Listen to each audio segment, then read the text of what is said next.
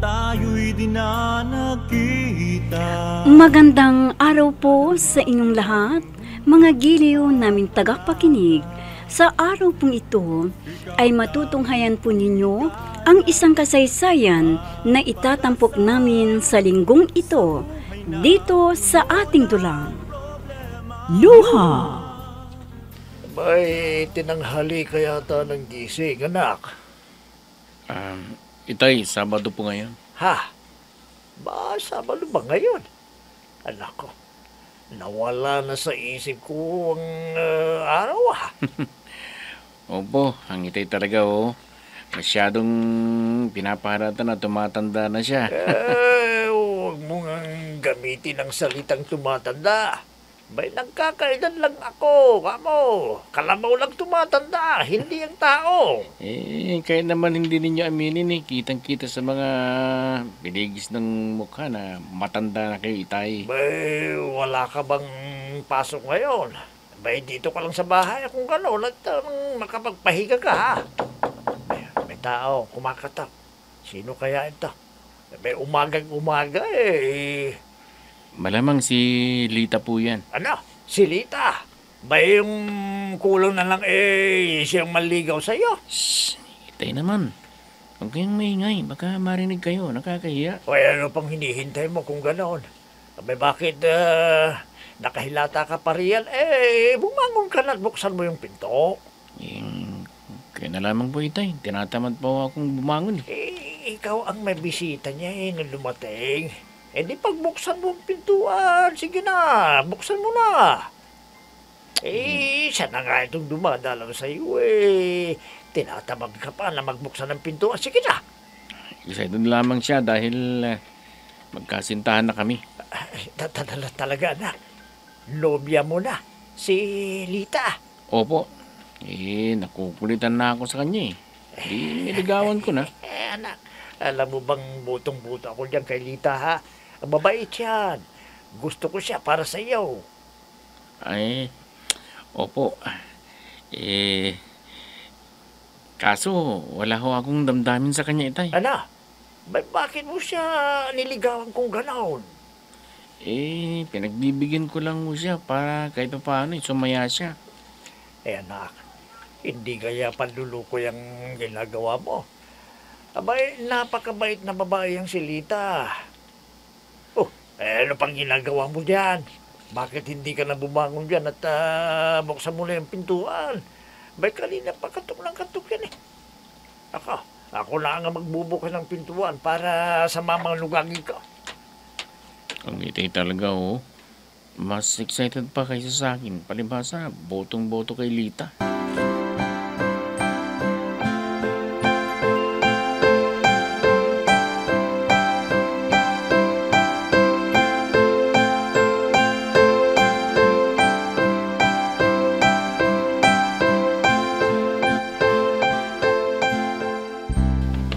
Bay, Lita, halika, pasok ka.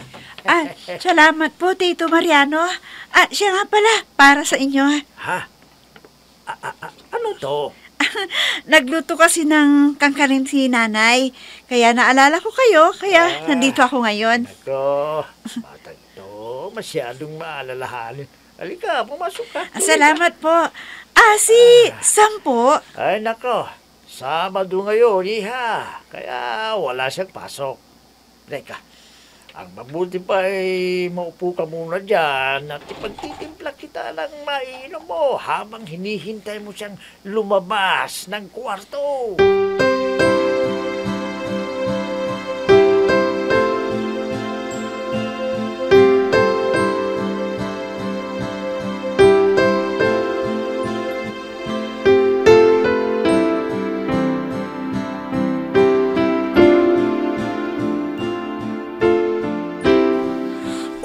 Bakit hindi ka pumunta sa bahay kagabi?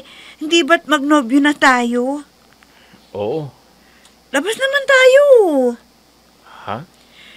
Labas tayo tulad ng ginagawa ng magnobyo at magnobya. Mamasyal tayo, kumain sa labas. Ha? Medyo masama kasi ang pakiramdam ko. Alam mo na, maghapon ng trabaho. Gusto mo? Masahiin kita para gumana ang katawan mo? Wag na. Baka makita tayo ni Itay. Baka kung ano pang sabihin niya. Alam na ba niya ang tungkol sa atin? Ha? Hindi ko pa nga nababanggit sa kanya eh. Ha? Naku, baka kung ano masabi niya sa pagpunta ko dito. Hindi pa pala niya alam na nobya mo na ako.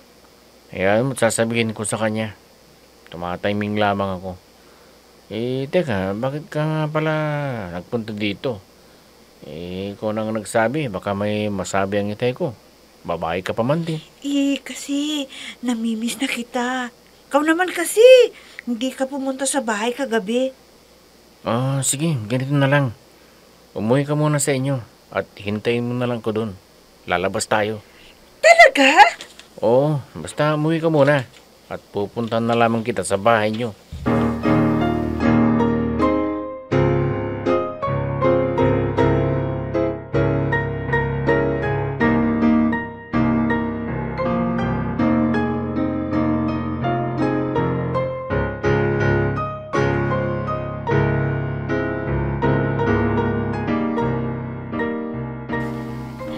Magkasintahan na pala kayo ng anak ko.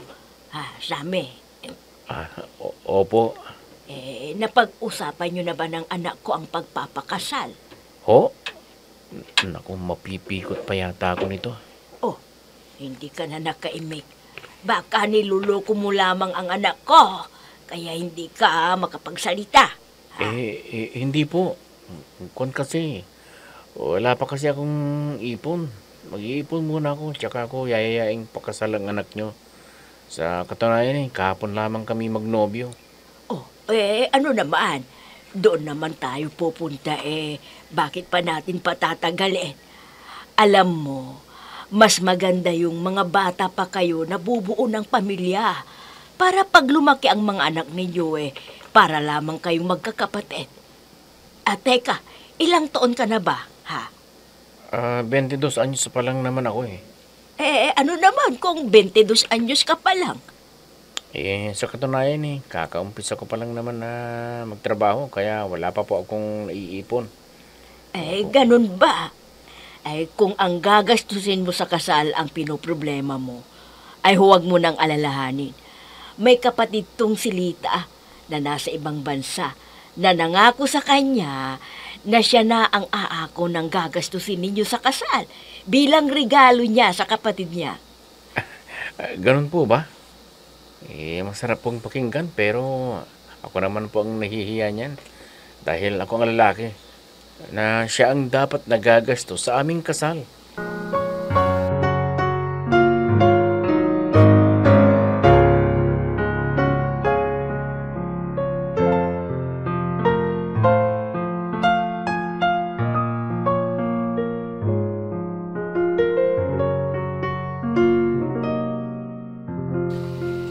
Talaga, ang nanay mismo ni Lita nagsabing sila nang bahala sa gastos. Halimbawa, pakasalan mo si Lita. Oo lalo tuloy akong kinakabahan. Bakit ka namang kinakabahan? Hindi kaya pikot ang kalalabasan ko? Teka, may nangyari na ba sa inyong dalawa? Nagalaw mo na ba siya? Hindi Hindi ko nga siya mahal Kaya paano may mangyayari sa amin? Teka, hindi kaya may nakauna ng lalaki kay Lilita? Hindi kaya siya nabuntis kaya minamadali ang pagpapakasal namin? Hindi naman siguro, pare. Kilalang pamilya nila na disenteng mga tao. Hindi naman siguro ipapaako sa iyo ang bagay na hindi naman ikaw may kagagawan. Kung hindi ako binibikot, bakit sila nagmamadali na pakasalan ko si Lita? Sige nga, ikaw nga ang lumagay sa katayuan ko. Wala pa nga kaming isang linggo na magkasintahan Kasal na agad ang gusto nilang mangyari. Ano ba yung sabi? Hindi mo ba tinanong kung bakit parang nagmamadilang nanay ni Lita? Ang sabi, doon rin lang daw ang patutunguhan ng relasyon namin. Bakit pa rin namin patatagalin? Yun naman pala May katwiran din ang ina ni Lita. Bakit nyo pa patatagalin ang relasyon ninyong dalawa? Pag-asawa din lang. Yung kalalabasan ng relasyon ninyong dalawa. Ang kaso nga, hindi ko mahal si Lita. Ha? Ano? Hindi mo mahal si Lita? Oo. Kaya paano ko siya pagkakasalan gayong wala akong pagmamahal sa kanya? At kung may pagmamahal man ako sa kanya, pagmamahal ng isang kaibigan lang. Hindi mo pala mahal eh. Bakit mo siya ginalaw? O niligawan? Hindi ko naman siya niligawan eh. Ano? Kaya nga ang nanligaw sa akin. Nagpapakita lang siya ng motibo. Siyempre, lalaki ako. Baka isipin pang bakla ako. Kaya hinalikan ko siya. Ayun, wala noon. Bukang bibig na niya na may relasyon na kami. Naku pare, kawawa naman si Lita kung ganyan. Na wala ka palang pagmamahal sa kanya. Umaasa yung tao na mahal mo din siya. Anong gagawin ko? Babawiin kong sinabi ko sa kanya. Hindi masasaktan siya. Mas masasaktan siya pare kung patuloy siyang aasa sa wala.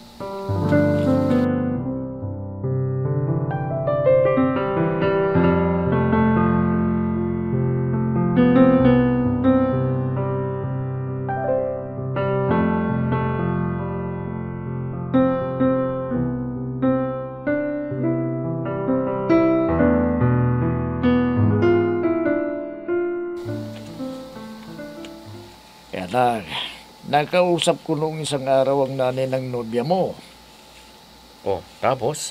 Yun nga, napag-usapan namin ng relasyon ninyo Lita na nauwi sa usapang kasal. Usapang kasal? Wala pa nga ho yan sa isip ko eh. 22 ka na anak, may trabaho ka na rin. Ano kaya kung magpakasal na kayong dalawa ni Lita? Ano ba naman kayo, Itay? Ibang klase rin kayong magulang. Mga ibang magulang nga dyan ayaw pang mag-asawang anak para makatulong pa ito sa mga magulang niya. Pero kayo, pinagtutulakan na ninyo akong mag-asawa. Bakit po? Ayaw na ho ba ninyo akong makasama? Gustong-gusto na ninyong mag-asawa na ako? Anak, walang magulang na gustong mawalay sa kanyang anak, lalo na nag-iisang anak. Kaya lang pag-asawa naman nauwi ang relasyon niyong dalawa ni Lita. Para matahimik na ako. Pero Itay, hindi pa ho ako nagsasawa sa pagiging binata. Ay anak, mabuting anak si Lita. Kaya gusto ko siya para sa'yo.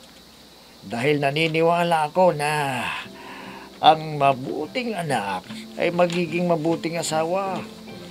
At mapapanatag lamang ang kalooban ko kung makita kang nasa mabuting babae at yun ay si Lita. Nag-iisa ka lang.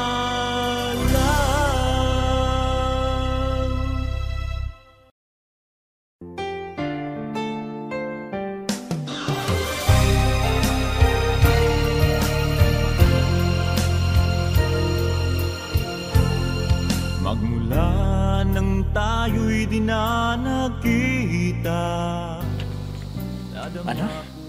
Pati mga magulang mo pinagtutulukan ka ng mag-asawa, pare? Oo, pare. Gustong-gusto kong maging manugang ni Itay si Lita. At gusto rin akong manugang ng inay ni Lita. Wala palang problema kung ganun, pare. Ang problema nga, hindi ko mahal si Lita. Pare, matututunan mo rin mahalin si Lita. Ano bang hahanapin mo sa kanya? Maganda naman siya, mabait. Magandang trabaho at higit sa lahat, pare, suportado ng pamilya. Bawat sa inyo, ang relasyon ninyong dalawa. Paano naman ako? Kailangan namang makikisama ako sa babaeng hindi ko mahal. Madaling mahalin si Lita, pare. Dahil sa bukod sa maganda na, mabait pa. Ano pang hahanapin mo sa kanya? Bukod sa maganda na, mabait pa. Ano pang hanapin mo sa kanya? Ewan ko. Ikaw rin, kapag may naligaw na iba dyan kay Lita, na mas mamahalin siya kaysa sa'yo, baka magbago yung isip niya. Pag nangyari yan, mas matutuwa siguro ako dahil hindi na ako mahihirapan pang makikipagkala sa kanya. Ikaw lang ang tanging mahal ko sa buong buhay kong ito. Bakit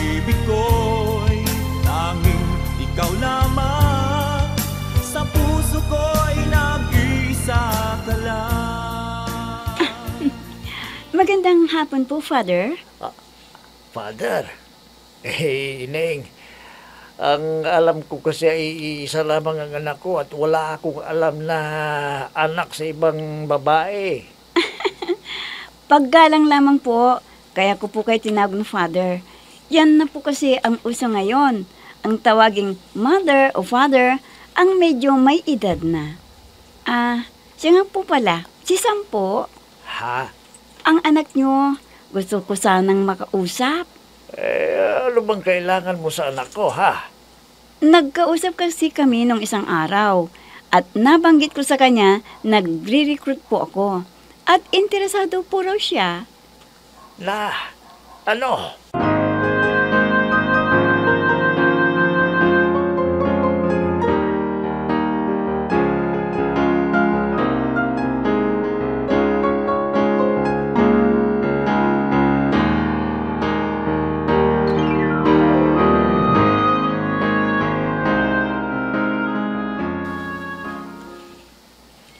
Ho?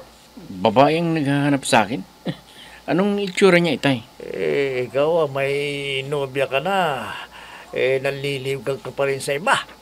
Ang Itay naman, problemado pa nga ako kay Lita kung paano ako makikipagkala sa kanya Mabuti naman at alam mo, nasakit ng ulo yung manligaw ka pa ng iba. Ano raw ho bang sadya niya sa akin? Tungkol yata sa sinabi mong may plano ka yatang mag-ibang bansa. Totoo ba? Na may bala ka mag-ibang bansa, ha? Sana ho, Itay. Ano? Mag-abroad ka? Yun ang gusto kong gawin sa ngayon, Itay. Para naman tumaas pa ang sahod ko at maipagawa ko itong bahay. At mabigyan ko pa kayo ng magandang buhay habang wala pa ho akong asawa.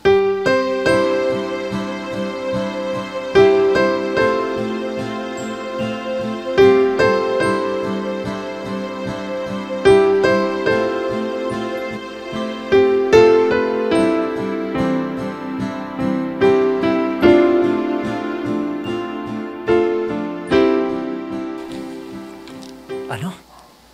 Mag-abroad ka? Plano pa lang naman, hindi pa ako sigurado. Paano si Lita? Alam naman niya ang plano mong yan na mangibang bansa ka. Hindi pa. Pero naisip ko na baka ito na rin ang kasagutan sa problema ko. Ano? Kasagutan sa problema mo? Ano bang ibig mong sabihin? Ang maiwasan si Lita nang hindi siya masyadong nasasaktan. Aha? Kasi kung manliligaw ako sa babaeng talagang mahal ko, masasaktan lamang siya kung mababalitaan niya. Kahit naman paano ay ayaw ko siyang masaktan ng labis dahil kaibigan ko siya. Nako pare, ewan ko sa'yo. Kung yan ang alam mong paraan para makaiwas ka lang kay Lita, gawin mo kung ano yung gusto mo. Sweetheart? Oo, sweetheart. Ikaw pala, napasyal ka. Dumating na kasi ang kuya ko at gusto kanyang makausap tungkol sa ating pagpapakasal. Ha? Nag-iisa ka lang.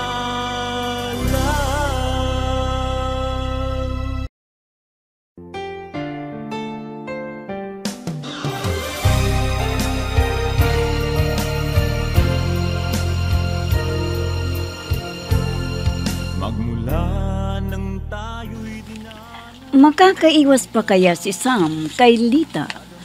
Mga giliw naming tagapakinig, sundan bukas ang karugtong ng kasaysayan na itinampok namin sa linggong ito dito sa ating dulang. Luha! Mga nagbibigay buhay sa ating dula ay sina Mayra Abrehal Narnola, Susan Madikdeng, Robert De Guzman, Jun Cabato, Emma Dalope, Andrea Solar, Ami Diaz, Jonathan Bravo, at si Oscar Ora. Technical Supervision at Musika, Oscar Ora. Nilapatan ng tunog ni Robert D. Guzman, Willie Francisco. Sa panulat at direksyon, Eva Alcoriza. Inihahandog sa inyo ng F3 Recording Studio para sa Pambansang Radyo ng Pilipinas, Bombo Radio, Philippines.